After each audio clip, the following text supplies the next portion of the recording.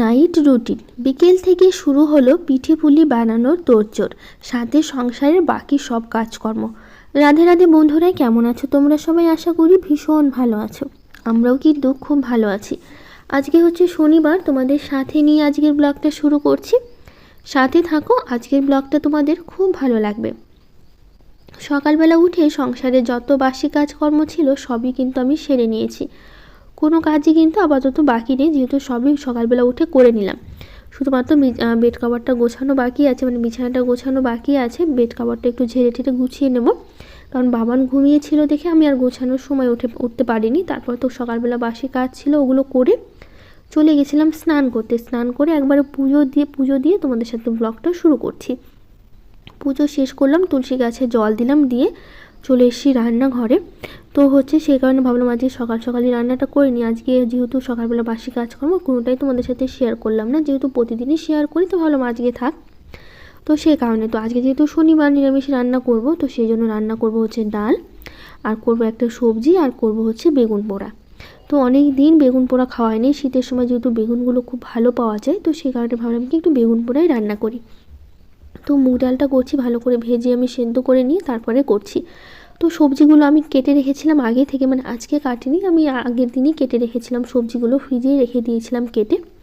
একটু সর্ষে বাটা দিয়ে করব। ফুলকপির ডাঁটাগুলোটা বেশ, মানে এবার শীতে খাওয়াই হয়নি, ফুলকপির ডাঁটাগুলো খেতে কিন্তু বেশ লাগে। তো সেই কারণে না ভাবলাম একটু ফুলকপির ডাঁটাগুলো রান্না করি। এবার গোটা শীত, মানে শেষের দিকে শীত চলছে, তবুও ফুলকপির ডাঁটাগুলো একদিনও খাওয়া হয়নি। তো সেই কারণে ফুলকপি ডাঁটা, সিম, আলু, বেগুন, কয়েকটা ফুলকপি, গাজর, এগুলো দিয়ে একটু সর্ষে বাটা দিয়ে রান্না করব। ভীষণ ভালো হয়েছিল খেতে। তো সেই কারণে সব সবজিগুলো আমি আগে থেকেই কেটে রেখেছিলাম, তো ভালো কেটে ফ্রিজে রেখে দিয়েছিলাম, সবজিগুলো একদম ভালো ছিল। তো যেহেতু ছোটো কড়াইতে রান্না করছি, তো একটু অসুবিধা হচ্ছে। তো বড়টাতে করলে ভালো হতো, আমি বুঝতে পারিনি যে এটা তো হবে না। তো দেখছি যে ঢাকা দিয়ে রেখে দিই, জল মানে যখন সবজিগুলো একটু সেদ্ধ হবে তখনই কিন্তু একবারে শুকিয়ে যাবে। মানে শুকিয়ে যাবে বলতে তখন কমে আসবে সবজিগুলো। তো ওইদিকে লবণ হলুদ দিয়ে ভালো করে একটু নাড়াচাড়া করে ঢেকে দিলাম, সবজিগুলো সেদ্ধ হোক। আর যেহেতু আমি প্রতিদিন এখন সকালবেলা করে রুটি খাওয়া হচ্ছে, তো সেই কারণে আমি রুটিগুলো খুব ভালো করে বেলে নিচ্ছি। আটাটা আমি আগে থেকেই মেখে রেখেছিলাম, মানে এইদিকে সবজি মানে ডালটা সেদ্ধ করতে বসিয়েছিলাম, তখনই আমি আটাটা মেখে রেখেছিলাম। তো যেহেতু আমি সকালে আর রাতে রুটি খাওয়া হচ্ছে এখন আমার, তো সেই কারণে আমি রুটিগুলো আমার নিজের জন্যই করছি। বাবানের পাপা ওরা রুটি খেতে একদম পছন্দ করে না, তো সেই জন্য ওদের জন্য রুটি করি না, আমি নিজের জন্যই রুটি করছি। তো ওইদিকে পাশে সবজিটা রান্না করছি, আর এইদিকে হচ্ছে আমি রুটিগুলো ভেজে নিচ্ছি। যেহেতু ভাতটা হয়ে গেল, তো ভাতটা তো আমি নামিয়ে নিয়েছি সেই কারণে। তো যাই হোক, একটা একটা করে রুটিগুলো ভেজে নিচ্ছি সকালের জন্য আর রাতের জন্য। আর হচ্ছে কয়েকটা রেখে দেবো, মানে সকালবেলা খাওয়ার জন্য কয়েকটা ভাজবো, যেহেতু এতগুলো তো রাত্রেবেলা আটা মেখে রেখে দিয়েছি, মানে এই আটাগুলোই রেখে দেবো। তো রাত্রেবেলা যখন খাওয়ার টাইম হবে তখন গরম গরম ভেজে খেয়ে নিতে পারবো। তো সেই জন্য আপাতত এখনকার জন্যই কয়েকটা হচ্ছে ভেজে নিচ্ছি। তো যাই হোক, এদিকে রুটি ভাজছি প্লাস এদিকে সবজি রান্না করছি, এভাবেই চলছে। আজকে তাড়াতাড়ি কাজকর্মগুলো হয়ে গেল, যেহেতু খুব একটা কাজকর্ম আজকে তোমাদের সাথে শেয়ার করিনি। মানে কাজকর্ম তো সে প্রতিদিনের মতো একই রকমই থাকে, কিন্তু আর মানে শেয়ার করতে পারিনি। তো যাই হোক, এখানে দিচ্ছি সর্ষাগুলো হালকা গরম জলে একটু গুলে নিচ্ছি। এটা যে প্যাকেটের গুঁড়োগুলো পাওয়া যায় সেগুলো। আসলে এই সর্ষাগুলো কবে কার বলো তো, এগুলো কিন্তু সেই আমার দাদার বিয়ের হচ্ছে সর্ষার গুঁড়ো। তখন দাদার বিয়েতে পাবদা মাছ করা হয়েছিল, তো সেই কারণে সর্ষে বাটাগুলো কিনতে হয়েছিল। রাঁধুনি বলেছিল আনতে, তো এনেছিল অনেকগুলো। তারপরে রান্নার পরেও বেঁচে গেছিলো সর্ষের গুঁড়োর অনেকগুলো প্যাকেটই বেঁচে গেছিলো। সেখান থেকে মা আমাকে 3 প্যাকেট সর্ষের গুঁড়ো দিয়েছিল। তো সর্ষের গুঁড়ো তারপরে হচ্ছে আরও কিছু কিছু দিয়েছিল, গরম মশলার প্যাকেট অনেকগুলোই দিয়েছে, এখনও ধরাই আছে। যেহেতু অল্প অল্প করে খাওয়া হয়, কতই বা খাওয়া হবে, সেই কারণে। তো সেই সর্ষেরগুলোর 2 প্যাকেট, মানে 3 প্যাকেট দিয়েছিল, 2 প্যাকেট ধরাই আছে, আর 1 প্যাকেট এখন খাওয়া হচ্ছে। তো সেটা দিয়ে রান্না করছি, ওইদিকে বেগুন পোড়া করছি। আর এদিকে দেখো সবজিটা হয়ে গেছে, এর মধ্যে হালকা কিন্তু আমি চিনি দিয়েছি। সর্ষের জিনিস, তার মধ্যে একটা সবজি, তো এগুলোতে চিনি না দিলে একদমই ভালো লাগবে না খেতে। সর্ষের যে কোনো জিনিসে একটু চিনি দিলে ভালো লাগে, আর সবজি হলে তো চিনি দিতেই হবে। তো যাই হোক, এদিকে বেগুন পোড়া করলাম। বাবানের পাপা বেগুন পোড়া খেতে ভীষণ পছন্দ করে, তো বাবানের পাপার জন্যই বেগুন পোড়াটা করা। আমারও ভালো লাগে, রুটি দিয়ে খেতে তো ভীষণ ভালো লাগে। বেগুন, টমেটো, শুকনো লঙ্কা একসাথে পুড়িয়ে মাখালে, আমার বেগুন পোড়ার মধ্যে একটু টমেটো পোড়া মানে একসাথে মাখালে কিন্তু ভীষণ ভালো লাগে। যেহেতু আজকে টমেটো আমি দিলাম না, শুধুমাত্র বেগুন পোড়াই করে নিয়েছি। তো ওইদিকে বেগুনটা পুড়িয়ে রেখে দিয়েছি, তো পরে মাখবো, একটু ঠান্ডা হোক, ভাবলাম ততক্ষণে বিছানাটা গুছিয়ে নিই। তো গোছানো হয়ে গেল, তারপরে খাওয়া দাওয়া শেষ করলাম। তারপরে তো যা যা কাজ ছিল করেছে, বাবানের বাবা ওরা সবাই স্কুলে চলেও গেছে। তারপরে সারাদিন আর কোনো কাজ তোমাদের সাথে শেয়ার করিনি। তারপরে একবারে বিকেল থেকে ব্লগটা শুরু করেছি। বাবানের বাবা স্কুল থেকে চলে এসে তারপর আমি চালটা আমি দুপুরবেলায় ধুয়ে ভিজিয়ে রেখেছিলাম। তারপর জলটা আমি ঝরিয়েও নিয়েছি কাপড়ের উপরে, চালগুলো দিয়ে জলটা ঝরালে তারপরে গুঁড়ো করতে সুবিধা হয়। তো সেখানে এদিকে বাবানের বাবার সাথে গল্প করছি আর আমি এদিকে পিঠের জন্য সব কিছু রেডি করছি। তো কী কী পিঠে বানাবো সব কিছু তোমাদের সাথে আজকে শেয়ার করব, সাথে থাকো। তো বাবানের বাবার সাথে কী নিয়ে যে গল্প হচ্ছিলো ভগবানই জানে। তো যাই হোক, এদিকে আমার এখন খেয়ালই নেই। তো এইদিকে আমি চালটা গুঁড়ো করে নিচ্ছি। চালটা যেহেতু ভিজিয়ে রেখেছিলাম একটু সময় লাগছিল চালটা গুঁড়ো করতে, যেহেতু একা একা তো একবার চেলে নিচ্ছি, তারপর আবার দিয়ে আবার গুঁড়ো করছি।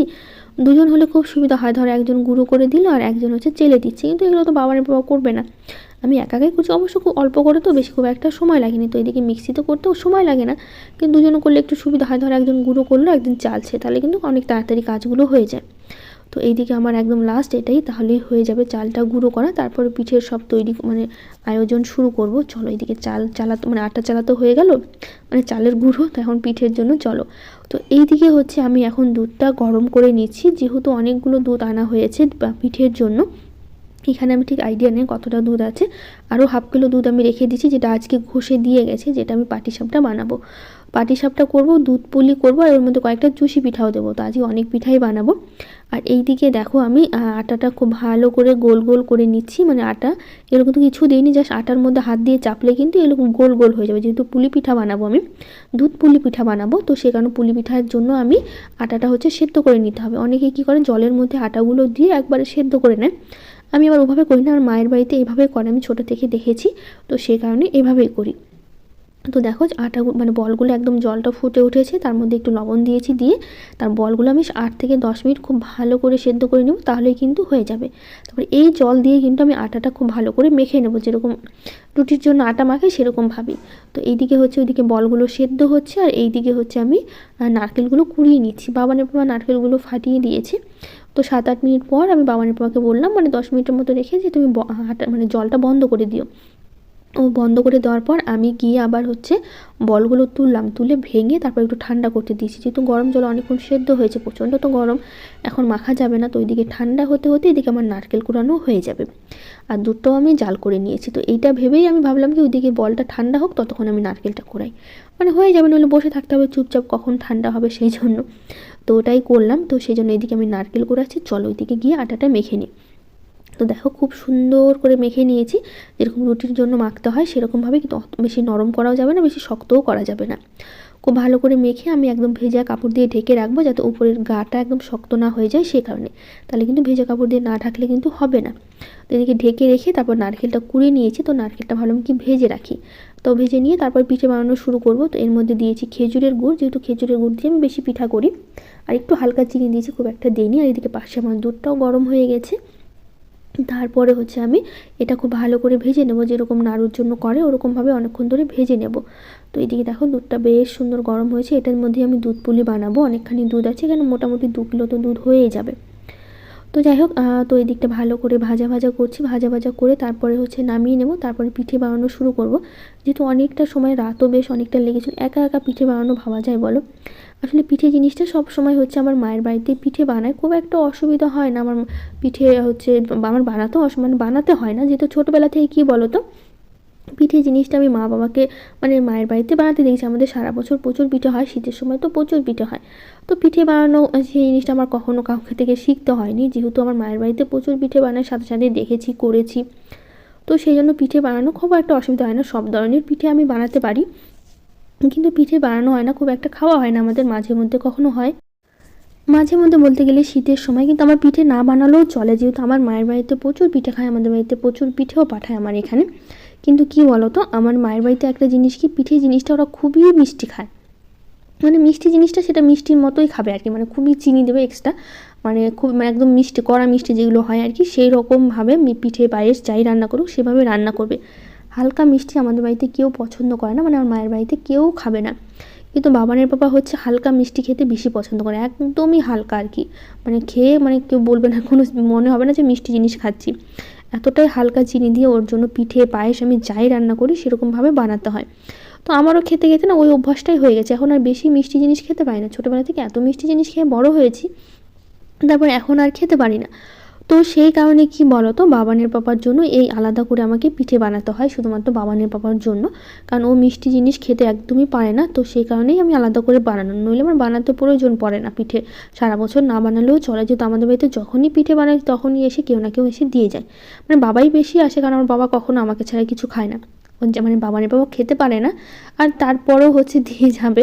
বাবার বাবা খায় না তা না, একটা দুটো খায়, সেরকমভাবে মন ভরে একটু তৃপ্তি করে যে জিনিসটা খাওয়া সেই জিনিসটা খেতে পারে না। তো সেই জন্যই বাবানের বাবার জন্য পিঠে বানানো হলো, আমার দরকার ছিল না। তো অনেকটা সময় লাগছিলো, তো আমি বাবানের বাবাকে বললাম কি, আমি দেখিয়ে দিলাম, তুমি এভাবে এভাবে আমাকে বাটির মতো করে দাও, আর আমি হচ্ছে ভাঁজ করে নিচ্ছি, তাহলে তাড়াতাড়িগুলো পিঠেগুলো কিন্তু হয়ে যাবে। তো সেই জন্য বাবানের বাবা হাতে করে দুজনে মিলেই করছিলাম। একটু পিঠেগুলো গোল, মানে পিঠে বলতে গেলে বাটিগুলো বানিয়ে দিচ্ছিলো, আমি এর মধ্যে পুর ভরে সাইডে একটু ডিজাইনগুলো করে নিচ্ছিলাম। মানে পুলি পিঠার সাইডে যে ভাঁজ করে ডিজাইনগুলো করে দেখতে ভীষণ ভালো লাগে। আর আমি সব ধরনের পিঠে মোটামুটি বানাতেই পারি, খুব একটা অসুবিধা হয় না, যে বললাম ছোটো থেকে দেখেছি তো সেই কারণে। তো এদিকে পিঠেগুলো বানিয়ে নিয়েছি। তো এদিকে নারকেলটা যেহেতু অনেকগুলোই আছে, ভাবলাম কি অর্ধেকটা তো আমি পাটিসাপটা বানাবো, আর অর্ধেকটা দিয়ে তো পুলি পিঠা বানালাম, দেখো বেশ অনেকগুলো হয়েছে। তো সেই কারণে তো ভাবলাম কি এদিকে আবার কম পড়ে যাবে আটা, মানে গুড় বলতে মানে সরি মানে নারকেল ভাজাতে কম পড়ে যাবে। তো কয়েকটা চুষি বানিয়ে নিই, যেহেতু চুষি কিন্তু একই রকমভাবেই বানাতে হয়, একই রকমভাবে জাল দিতে হয়, যেরকম পুলি পিঠা বানায় আর কি। তো একই দুধের মধ্যে দিলেই কিন্তু হয়ে যাবে। তো সেই জন্য চুষিগুলো আমার মায়ের বাড়িতে বানায়, মানে ভালোও লাগে চুষি পিঠাগুলো খেতে। তো যাই হোক, তোমরা কে কী পিঠে মানে খেলে বানালে অবশ্যই আমাকে জানিও, তোমরা খাও নাকি এগুলো পিঠে অবশ্যই কিন্তু আমাকে কমেন্ট করে জানিও। তো যাই হোক, এদিকে লম্বা লম্বা করে নিচ্ছি, এখন শুধু কেটে নেওয়ার পালা পিঠেগুলো। চুষি পিঠাগুলো কাটতে কিন্তু আমার ভীষণ ভালো লাগে, যেহেতু আমি ছোটোবেলা থেকে পারি করতে চুষিগুলো কাটতে। মানে ছোটোবেলাতে মা ওদের দেখেছি। তো আসলে আমার কী বলো তো, ছোটোবেলা থেকে যে কাজকর্ম বলতে গেলে সেরকম যে আমি খুব কাজ করেছি বাপের বাড়িতে সেরকম একদমই না, কারণ কাজ নাই মানে করিনি বললেই চলে আর কি। হয়তো কখনও রান্না বাড়ি বলতে গেলে আমি ঠিক মতো করিনি কোনো দিন, এত বছরে বাপের বাড়িতে থেকেছি, বিয়ের আগে বলতে গেলে খুব জোরে 3-4 দিন রান্না করেছি এত বছরে। যেহেতু আমার মা ছিল, মেজো কাকি, ছোটো কাকি, ঠাকুমা, সেই আমার বিয়ে হয়ে গেছে 11 বছর, তখন তো ঠাকুমা খুব মানে বয়স কম ছিল, কাজকর্ম সবই করতে পারে, কোনো কাজে বাধা ছিল না। এখনও পারে অনেক কাজ করতে, কিন্তু ব্যথার জন্য এখন বয়সটা অনেকটাই বেড়েছে, কাজকর্ম এখন করে না। এখন যেহেতু সবাই সেপারেট হয়ে গেছে, কিন্তু তখন তো একসাথেই ছিল আমার বিয়ের সময়। তো সে কারণে কি বলো তো, আমাকে কোনো দিনও কাজ করতে হয়নি, মানে ঘর বাড়ি ঝাড় দেওয়া, লেপা মোছা, কাপড় কাচা কোনো কিছুই না। আমি মানে বলতে পারো আমি ভাত বেড়ে আমার মা আমাকে খাইয়েছে। এইভাবে আমি বাপের বাড়িতে বড় হয়েছি, মানে আমি যে ভাত বেড়ে খাইয়েছে, তারপরে আবার যে খাওয়ার পর যে থালাটা ধুতে হবে সেটাও আমার মা আমাকে কখনো ধুতে দেয়নি। তো মানে এত যত্ন করে মানে যত্নে আমি বড় হয়েছি। স্কুল থেকে এসে আর স্কুল থেকে মানে যাওয়ার সময়, সব সময় আবার রাতেই বলো, আমি মানে বসার আগে আমার মা ভাত বেড়ে রেডি করে বসে থাকবে, আমি এসে বসবো খাওয়ার জন্য। সেই কারণে মানে এতটাই যত্নে আমার মা বাবা আমাকে বড় করেছে।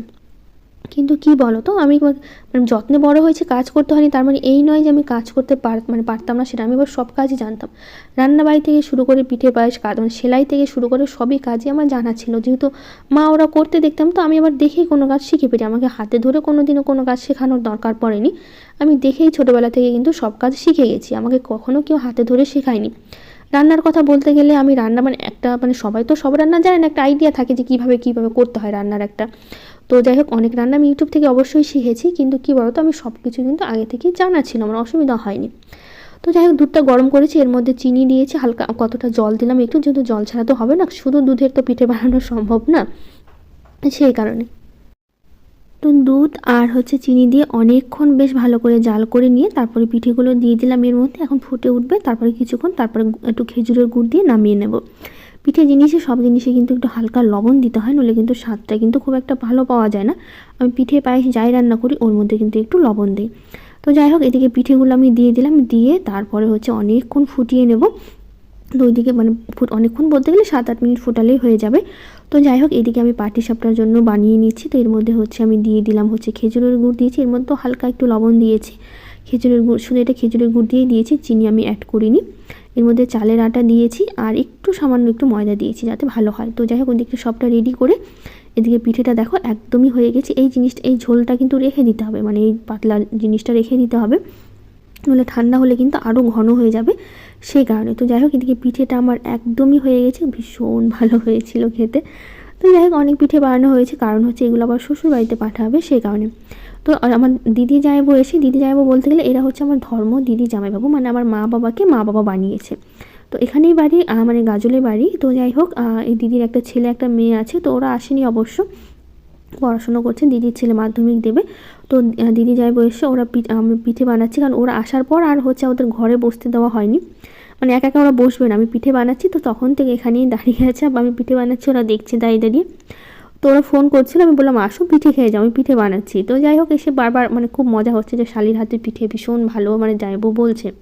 এটা নিয়ে অনেকক্ষণ আমরা মজা করলাম। তো যাই হোক, যাইবো একটা পিঠে বানালো, কারণ হচ্ছে আমি একটু ধীরে ধীরে ধীরে ধীরে বলছি কি আমি একটা পিঠে বানাই। তো বলছি বানাও, একদম ধীরে ধীরে বানাচ্ছে। আমি বলছি তুমি এত ধীরে ধীরে পিঠে বানালে সারা রাতও পিঠে বানানো শেষ হবে না। বলছে সরো, আমি তাড়াতাড়ি করে বানিয়ে নিচ্ছি। তো সেই কারণে হচ্ছে একটা পিঠে বানিয়ে পাশে দাঁড়িয়ে আছে, তো গল্প করছিলাম আর পিঠে বানাচ্ছিলাম। তো আমি বলছিলাম খাও এখান থেকে পিঠে নিয়ে। তো যাইবো আবার একটা নিয়ে খেলো, তো ভাবলাম খাক, তারপরে হচ্ছে একবারে সবাই মিলে বসে একসাথে গল্প করে খাওয়া যাবে। আর আজকে আর শ্বশুরবাড়িতে পিঠে পাঠানো হবে না, এগুলো হচ্ছে আমি কালকে পাঠাবো পিঠে শ্বশুরবাড়িতে। আর আমি পিঠে বানালে, আমি পিঠে যে কোনো ভালো কিছু রান্না করলে অবশ্যই আমার শ্বশুর শাশুড়িকে মানে পাঠানো হয়, বাবানের বাবা গিয়ে দিয়ে আসে। আর হচ্ছে আমার বাপের বাড়িতে কখনো পিঠে আমি পাঠাই না, কারণ হচ্ছে কি বলো তো, আমার বাপের বাড়িতে মানুষ অনেকজন, আমাকে অনেক পিঠে বানাতে হবে। তার মধ্যে হচ্ছে মেন কথা, আমাদের বাড়ি মানে আমার পিঠে খাওয়া আমাদের বাড়িতে কেউ পছন্দ করবে না। মানে স্বাদের দিক থেকে বলতে হবে যে মিষ্টি জিনিসটা বললাম, খুবই ওরা কড়া মিষ্টি খায়। একবার আমি হালকা মিষ্টি দিয়ে পাটিসাপটা বানিয়েছিলাম, মানে যেরকম হালকা মিষ্টি দিয়ে বানাই প্রতি বছর। তো আমি বাপের বাড়িতে কয়টা পাঠিয়েছিলাম, সবার জন্য দুটো দুটো করে পাঠিয়েছি। যেহেতু আমার বাপের বাড়িতে পিঠে জিনিসটা সবাই একটু বেশি পরিমাণেই খায়, আমরা যেরকম মানে ওখানে একটু বেশি বানানো হয়, অনেক কিছু বেশি বেশি করেই বানায়, কিন্তু তার জন্য সবাইকে দুটো দুটো করে পাঠিয়েছি। ওরা কেউ বলে মানে খেয়ে ভালো বলেনি, বলছে সবই ঠিক আছে, শুধু মিষ্টি কম হয়েছে। সেই একই কথা বলছে, এরকম আমরা ভালোবাসি না, খাই না, তার জন্য পিঠে কখনো আমি আমাদের বাড়িতে পাঠাই না। কারণ ওরা কেউ পছন্দ করে না আমার হাতের পিঠে, কারণ ওই যে মিষ্টি কম, সেই কারণে বাবার জন্য বানাই। তো যাই হোক, এদিকে দুধ পুলি পিঠা আর হচ্ছে পাটিসাপটা এখন বেড়ে নিচ্ছি বাবানের পাপার জন্য, বাবানের জন্য, দিদি জামাইবাবুর জন্য দেবো। আমি পরে নিচ্ছি, ওদের আগে দিয়ে নিই। তো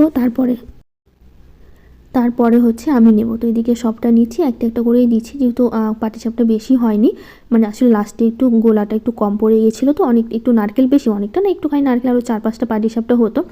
তো আমি আবার কী করলাম, নারকেলটা কী করবো, তো দুধ পুলির মধ্যে ছড়িয়ে ছিটিয়ে দিয়েছি, ওর মধ্যে মিশে গেছে। তো যাই হোক, যদি হচ্ছে আর একটু থাকতো, দুধ ছিল না, দুধ থাকলে আমি আবার কয়েকটা বানিয়ে নিতাম। তো এখন সবাই মিলে বসে বসে খাওয়া দাওয়া হচ্ছে। তো ক্যামেরা অন দেখে দিদি বলছে আমি এখানে বসবো না, ও গিয়ে আবার সেইতে গিয়ে বসলো। তো এইদিকে আমরা গল্প করছিলাম, দিদি যাই ওরা 8টার দিকে এসেছিলো, 9:30টার দিকে চলে গেছে। তারপরে আমি আবার যাওয়ার সময় হচ্ছে ওই ভাগনা ভাগ্নি মানে দিদির ছেলে মেয়ে আছে, মেয়েটা হচ্ছে বাবানের থেকে বড়, আর ছেলেটা হচ্ছে মাধ্যমিক দেবে, অনেকটাই বড়, যেহেতু মাধ্যমিক দেবে। আর মেয়ে যেটা আছে সে হচ্ছে আমার বাবানের ছেলে থেকে মানে 3 বছরের বড়, 3 বছর না 2.5 বছর হবে, 2.5 বছরের বড়। তো যাই হোক, ওদের জন্য আমি পিঠে পাঠালাম। তো হচ্ছে এদিকে খাচ্ছি দাচ্ছি আর গল্প করছি, যাই তো বলছে খুব ভালো হয়েছে, সবাই বলছে খুব ভালো হয়েছে। তো আমি আর পাটিসাপটা খাইনি, দুধ পুলি পিঠা খেলাম। তারপর ওরা চলে গেল, পিঠে দিয়ে দিলাম যাওয়ার পরে। তারপরে হচ্ছে এখন আমি রাত্রেবেলা করে বাসন মাজছি। আর মানে রাতে রান্নাবাড়ি বলতে সেরকম কিছু করিনি, রুটি ছিল, তো আমি 2টো রুটি খেয়ে নিয়েছি। আর একটু ভাত বললামই তো, বাবানের বাবার জন্য একটু মাছের ঝোল রেখে দিয়েছিলাম, 2 পিস মাছ ছিল, যেহেতু সকালবেলা 5 পিস মাছ রান্না করেছিলাম, সকালবেলা 3 জনের 3 পিস খাওয়া হয়েছে। আর 2 পিস ছিল, একটা বাবানকে দিয়েছি, একটা বাবানের বাবাকে দিয়েছি। একটু ভাত থেকে গিয়েছিলো, ওটাই বাবান আর বাবা দুজন মিলে খাচ্ছে, যেহেতু পিঠে খেয়েছে। তো ওরা একদমই ভাত খেতে চাইছিল না, তো আমি বললাম একটু ভাত আছে, দুজনে মিলে খেয়ে নাও, আর মাছের ঝোলটাও আছে, একদমই সামান্য অল্প অল্প করে দুজনকে দিয়ে দিয়েছিল, দুজনে মিলে খেয়ে মানে খাচ্ছে বসে বসে, ওদের খাওয়া হয়নি। আর যেহেতু পিঠে বানাতে বানাতে না অনেকগুলো বাসন জড়ো হয়ে গেছে, প্লেট থেকে শুরু করে অনেকগুলো বাসন। তো বাবানের বাবা বলছিল কি রাত হয়ে গেছে, এখন এমনিতেই 10টা পার হয়ে গেছে, তো তুমি একটা কাজ করে রেখে দাও, এমনিতে অনেক কাজ করলে পিঠে বানানো নিয়ে সকালবেলা মেজে নিও। তো আমি বললাম থাক মেজে নিয়ে, যেহেতু ভালো লাগে না আমার হচ্ছে আবার বাসন টাসন মানে রেখে দিতে অনেক সময়, মানে সে অসুবিধা হলে একটা ব্যাপার, যেহেতু এখন অসুবিধা তো হচ্ছে না, মানে শরীর তো আর খারাপ হচ্ছে না, করে নিতে পারবো। তো সেই কারণে আমি সব বাসনগুলো প্রথমে ভালো করে মেজে নিয়েছি, রান্নাঘরটাও পরিষ্কার করে নিচ্ছি, যেহেতু আমি রাত্রেবেলায়, এটা আমার অভ্যাস আর কি, রাত্রেবেলায় রান্নাঘর পরিষ্কার থেকে শুরু করে সব কিছু আমি রাতেই করে রাখি, সেই কারণে। তো আমি সব বাসনগুলো মেজে এখন এই যে ধুয়ে ধুয়ে রাখছি, শুধুমাত্র বেসিনটা পরিষ্কার করব, তাহলেই হয়ে যাবে। আর এদিকে ওভেনটা আমি পরিষ্কার করে নিয়েছি, এদিকে সেলফটাও পরিষ্কার করে নিয়েছি। তো বাবানের বাবা এদিকে খাওয়া দাওয়া করে চলে আসলো, বাবানের হয়নি, ওর একটু সময় লাগে। তো কিছু এঁঠো ছিল, তো আমি বললাম যাও বাইরে ফেলে দিয়ে আসো, বাইরে যেহেতু একটা বালতি আছে, ওখানে আমাদের এঁঠো ফেলে দেওয়া হয়। তারপরে সকালবেলায় গিয়ে বাবানের বাবা কী করে, সামনে বাগান আছে, ওখানে নোংরাটা ফেলে দিয়ে আসে।